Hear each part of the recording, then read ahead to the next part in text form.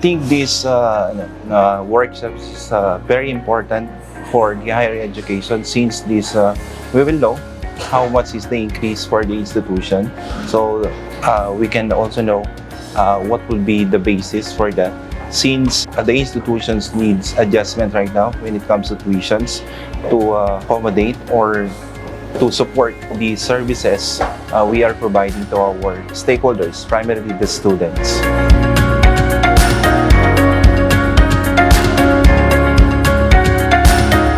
This workshop is very important to the Mindanao State University because it supports the institution goals in academic excellence, community development, and nation building. Specifically, it contributes to the capacity building for faculty, staff, and students. It aligns with ambitious mandates of social transformation, strengthening institutional performance, and last, it promotes innovation and sustainability. This is very important to MSU because it enhances collaboration and partnership. Itong ginawa po ng SGV, yes, and the UniFAST. Isa po sa pinaka-problema din ng MSU is yung nag-struggle po kami for the FHE deficiency. So this workshop helped us a lot.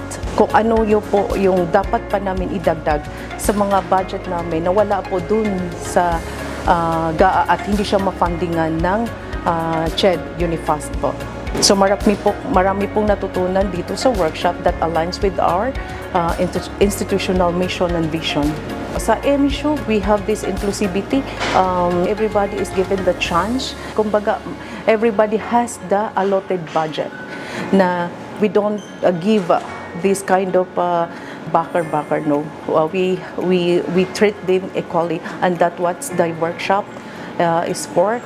Na isa po sa goal is inclusivity po.